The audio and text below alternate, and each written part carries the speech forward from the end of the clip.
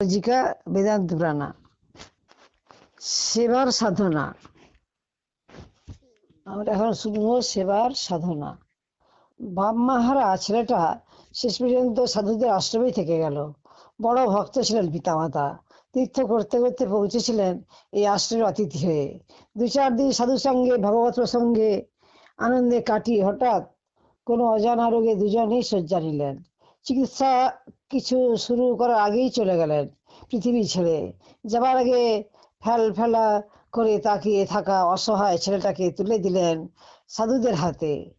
সে তখন থেকে সাধুদের জন্য নদী থেকে জল নিয়ে আসে, কাঠকুটো কুড়োয়, বনে বনে সকালে ফুল তোলে, চন্দন ঘষে, বাসন মাজে, কখনো বা ভিক্ষার চাল ডাল ধুয়ে দেয়। ধীরে ধীরে সকলের জন্য রান্না করতে শেখে, রুটিও বানায়। সাধুরা যখন শাস্ত্র পাঠ করেন, ভগবানের কথা বলেন, তখন সে মন দিয়ে শোনে। কত কাজ করেছে ওইটুকু সময় থেকে। ছোট থেকে সব অবস্থা রাখতে হয়। ব্যবস্থাটা রাখলে, তৈরি না করলে কি হয়? বাইরে থেকে দেখলে তাকে বুদ্ধিমান বা বোকা কিছুই বলা যায় না। কখনো একটা ঢিলার উপর বসে দূরে বনের দিকে তাকিয়ে থাকে। একদিন আশ্রমের একটা গরু হারিয়ে গেল। সাধুরা খোঁজাখুঁজি করছেন, সন্ধে ঘনিয়ে আসছে। শেষ পর্যন্ত ছেলেটাকে ডাকলেন সাধুরা। রাজু, গরুটা কোথায় গেল, দেখ তো খুঁজে। রাজু যেন ঘুম ভেঙে জাগলো। তারপর মুখে একটা অদ্ভুত শব্দ করে দৌড়তে লাগলো। শব্দটা বাছুরের ডাকের মতন। ঘন্টা খানেক সব চুপচাপ। রাজু অদৃশ্য হয়েছে বনের পথে। সাধুরা একটা বাতি নিয়ে গোয়ালের লোকটিকে পাঠালেন। কিছুক্ষণ পর সকালে দেখেন বিন্দুর মতো আলো দুলতে দুলতে আসছে। দেখা গেল হারানো গরু সমেত রাজু আসছে। একদিন শাস্ত্রপাঠ হচ্ছিল, কঠোপনিষদের সেই ব্যাখ্যাত মন্ত্র। তং দুর্দশং গুড়মন প্রবিষ্টং গুহাহিতং গহ্বরেষ্ঠং পুরাণম ইত্যাদি। দেখা গেল রাজুর মুখটা আলো হয়ে গেছে, ফিক ফিক করে হাসছে। শাস্ত্র পড়ার ফাঁকে ফাঁকেই রাজুর মুখে হাসি রেখা দেখা যায়। সে কি বুঝতে পারে, কিছু কি জেনেছে?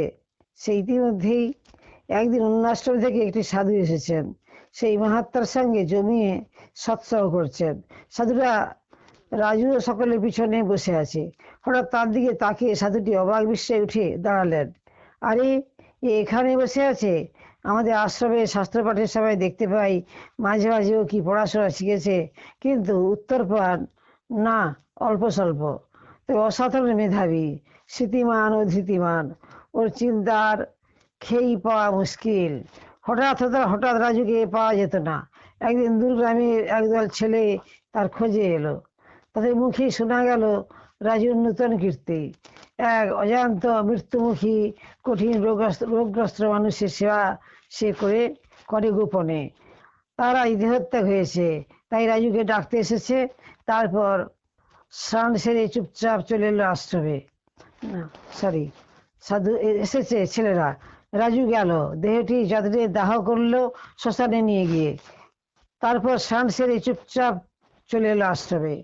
সকলে জিজ্ঞেস করলো, নিচু জাতের মানুষের মোড়া তুই কেন ছুলি? তুই তো ব্রাহ্মণ। সকলে অবাক করে। রাজু বলল, শুনি চৈব সপাকে চ পণ্ডিতা সমদর্শিন। সাধুরা বললেন, গীতা কবে পড়লি? রাজু মাথা নাড়লো। কেউ পড়িয়েছে। একবার দেখা গেল মন্দির কুটিরে রাজু বসেছে, রোজ বসছে। শুধু নয়, বিড়বিড়ি করে কথাও বলছে। একদিন একটা বাঁশি এনে ঠাকুরকে দিতে বললো।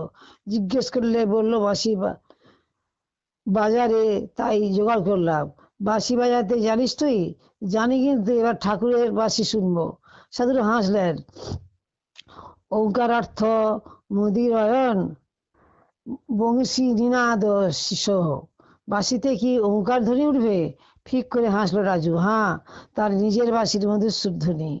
সুর লোককণ্ঠের আপন ভোলা গান রাজুকে কত বিচিত্র পরিবেশে বিচিত্র মানুষের কাছে নিয়ে গেছে, কিন্তু মনে সে জানে সে একা।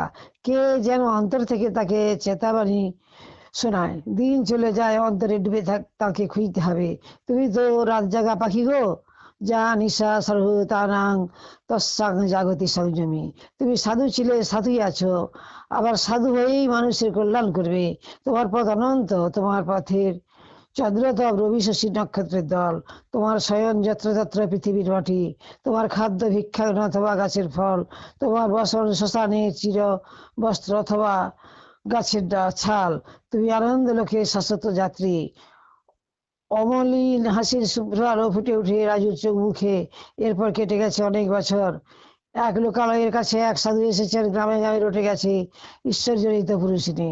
দুবেলা তার ছোট্ট কুড়ির দেওয়ার ভিড় জমে। মানুষ কত কি বলতে চায়, মানুষ কি কত কি চায়, রোগ মুক্তি, দরিদ্র মুক্তি, নানা রকম কামনা পূরণ, হাজারটা চাওয়া নিয়ে আসে। সাধু অধিকাংশ সবাই মৌন প্রসাদ বলেন মাঝে মাঝে, ওসব আমি কিছুই জানি না, ঈশ্বরকে প্রাণ ভরে ডাকাই আমার কাজ, আর প্রার্থনা জানাই সকল মানুষের কল্যাণের জন্য। তোমরা আর কিছু না পারো, প্রার্থনা করতে পারো তো? যিনি সৃষ্টি করেছেন, সৃষ্টি রক্ষা তিনিই করবেন, চাইলে ধ্বংসও করবেন। যাই হোক, ওষুধ ওষুধ বিশুদ্ধ তিনি দেন না, কিন্তু তার দায় দুদণ্ড বসলে প্রাণ জোড়ায়। তিনি রোজই সকালের দিকে গভীর বনে চলে যায়, একটা ঝোলা নিয়ে। সাধারণ মানুষ উঠিয়ে দিল, তিনি বনে ঈশ্বরকে দর্শন করেন, তার সঙ্গে কথাবার্তাও বলেন। কিছু সমালোচনা সাধুটি ভণ্ডামি আবিষ্কার করে তাকে লোকচক্ষে হেয় করে দেওয়ার পরিকল্পনা করলো। এক সকালে তিনি বনে যাওয়ার সময় তার পিছনে পিছনে চললো। বহুদূর গিয়ে সাধু একটি কুটিরে প্রবেশ করলেন। সেখানে এক অতি বৃদ্ধ দম্পতি, দুরারোগ্য ব্যাধিতে জর্জর, নড়ার শক্তি নেই। তিনি তাদের তুলে এনে বসালেন, তারপর অতি যত্নে ক্ষতস্থানে তেল দিলেন, গরম জল করে স্নান করালেন, বস্ত্র পরালেন, সামান্য ভাত ফুটিয়ে খাইয়ে দিলেন, যেন দেব সেবার আরতি ফুটে উঠল। তারপর সাষ্টাঙ্গ প্রণাম করলেন।